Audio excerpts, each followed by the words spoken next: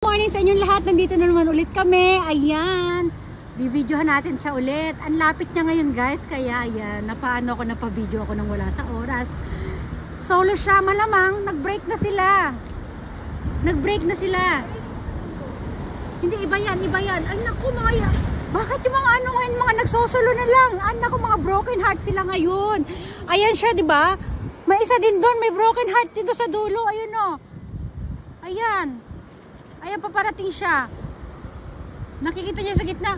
Mag-isa din siya. Naku, malamang pagtatagpuin sila ng tadhana itong dalawa to. Pareho silang broken heart. Nakatingin na yung isa. Tapos tingnan nyo to isa. Ang ano yung grabe siya ayan na! Ay, ayun. Ay, hindi. Iba sa iba. Sa iba pumunta. Ay, may isa pang babae doon. Ayun o. Ay, naku. Ay,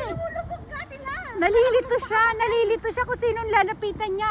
Itong isa, alam niyo yung isa, papunta siya, sana siya dito sa ano, lalaki yun eh, parang gray. Papunta na sana siya dito. Ang problema pala, yung isa na yon, ayan, in love siya dito sa isa dito. Ayan, nawala. Hindi ko, ayun na sa dulo, dyan sa in love. Kaya lang ayaw sa kanya niyan. Ayaw niya doon sa ano, sa silver na yon, na yung sa gray. Ayan o, diba? Ano ba sila? Bakit ganun? Yung isa gusto niya isa, yung isa gusto doon sa isa. Love triangle.